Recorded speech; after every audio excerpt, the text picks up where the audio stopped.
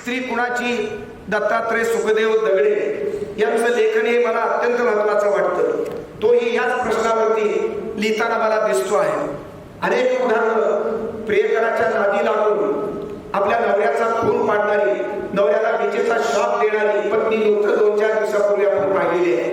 लग्न नुकतंच करून त्याला हनुमानच्या वेळेला कुठं उत्तर भारतामध्ये घेऊन गेली आणि नवऱ्याचा तिथे प्रियकराच्या मार्फत तिथे खून केला. हे जिथं जास्त उदाहरण आपण डोळ्याने टीव्हीच्या पडद्यावर पाहिलं आणि प्रिंट मीडियाने आपल्याला लक्षात आणून दिलं. अशा प्रकारे स्त्री ही स्त्रीची आहे का? स्त्री ही संसाराची आहे का? स्त्री ही पुरुषाची आहे का? स्त्री नेमकी कुणाची? ती मुलांची, ती आपल्या म्हाताऱ्या माणसा आईबापाची, की ती नवऱ्याची, की ती मैत्रिणीची, की सखीची? अशा प्रकारच्या स्त्रीद्वारा प्रश्नचिन्ह उपस्थित करणारं अशा प्रकारचं हे ज्वलंत वास्तवावर आधारलेलं पुस्तक मला अत्यंत अंतर्मुख करून घेतलं जात आहे, अस्वस्थ करून जात आहे. खरं म्हणजे स्त्रीचा सन्मान करणारा हा देश आहे. स्त्रीचं तत्वज्ञान आणि स्त्रीचा सन्मान करण्याची भूमिका आपल्याला मान्यच आहे. स्त्रीवर कुठल्याही प्रकारचा पुरुषाही प्रधान संस्कृतीमध्ये अन्याय होता कामा नये. पण स्त्री सुद्धा त्या पात्रतेची पाहिजे. स्त्रीला आपला संसार कळावा, नातं कळावं, मुला आणि बाळाचं नातं, सासू सासऱ्याचं नातं, आई वडिलाचं नातं आणि प्रेमसंबंधांच्या बाबतीमध्ये आपल्या नवऱ्याचं नातं हे प्राणापलीकडे जपण्याची भूमिका स्त्री आणि पुरुषाची बरोबरीची आहे. पुरुषांनी बेईमानी करता कामा नये आणि स्त्रीनेही बेईमान होता कामा नये. तर इमानदारीच्या संसारामध्ये विश्वासानं अशा प्रकारचं स्त्री पुरुष नातं खुलतं. पण दुर्दैवानं आधुनिक सगळ्या जंगलवादाच्या पार्श्वभूमीवरती मोबाईल आणि तुमचे बाकीचे सगळे उद्योग ते चालू आहेत. तुमच्या व्हॉट्सअपवरती जो संवाद घडतो आहे त्याच्यावर अनिती बोकाळलेली आहे. अनेक प्रश्न निर्माण झालेले आहेत. संसारिक जीवनाला आग लावणारी अशा प्रकारची ही अनेक घटना पुरुषही कारणीभूत आहे. पण या ठिकाणी स्त्रीचा प्रामुख्याने उल्लेख आमच्या दगडे यांनी केलेला आहे. लेखक दगडे हे अत्यंत संवेदनशील अशा प्रकारचे लेखक आहेत. विचारी माणूस आहे. त्यांचा स्वतःचा संसार मी पाहिलाय, अनुभवलाय, मी जेवलेलो आहे त्यांच्याकडे. ते अत्यंत प्रगल्भ अशा प्रकारचे विचारांचे आहे. तरी सुद्धा स्त्रियांच्या विरोधामध्ये आणि पीडित स्त्रियांनी पेटलेल्या पुरुषांच्या बाबतीमध्ये ते एवढं लेखन जहाल अशा प्रकारचं बॅलन्स करून अत्यंत प्रखर अशा प्रकारचं लेखन का करू शकले हा माझ्या समोरचा प्रश्न आहे. कारण अनेक उदाहरणं, शेकडो उदाहरणं समाजात घडत आहेत आणि या घडलेल्या उदाहरणामुळं स्वतः दगडे अस्वस्थ झालेले आहेत. स्त्री मुक्तीसाठी संबंध वडाच्या शेजारी फिरणाऱ्या अशा प्रकारच्या स्त्रियांच्या दिसणारी आपण पाहतो आहोत आणि स्त्री मुक्तीसाठी लढणाऱ्या स्त्री आपण पाहतो आहोत. पण स्त्रियांच्या जाचाला कंटाळून ज्या पुरुषांना पीडा झालेली आहे, ज्या पुरुषांचा छळवाद मांडलेला आहे, असे पीडित झालेले पुरुष एकत्र येऊन औरंगाबादला त्यांनी पुरुष मुक्ती संघटना काढलेली आहे.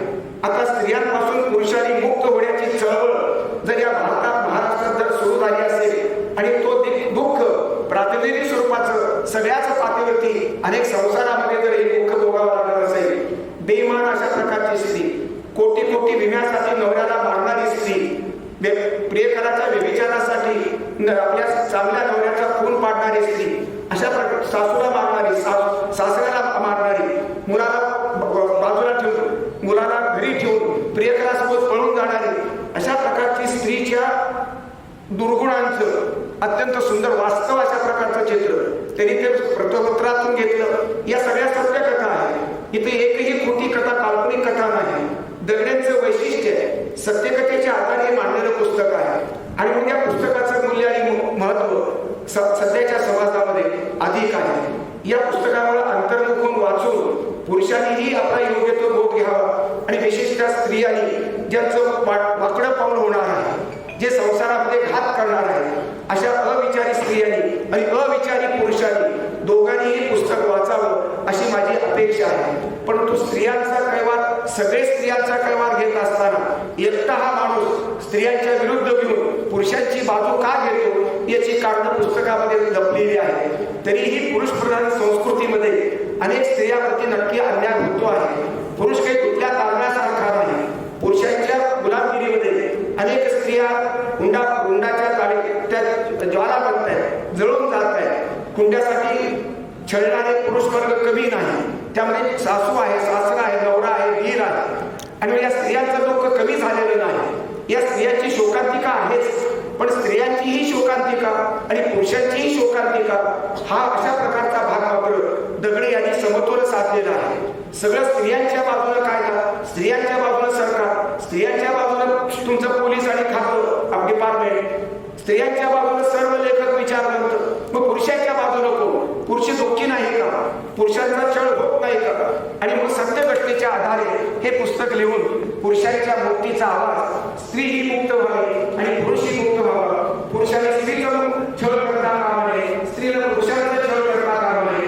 गुन्ह्या गोविंदा दोघांनी झालेलं नाही, सर्व महाराष्ट्राने लावलं. गुन्ह्या गोविंदाला सर्व पृथ्वीवरच्या सर्व संस्थांनी लोकांनी लावलं, सर्व देशाने लावलं, सर्व सांस्कृतिक प्रवाह आनंदाला लावून दिला आहे. अशा प्रकारची व्यापक कल्पना या पाठीमागे आहे.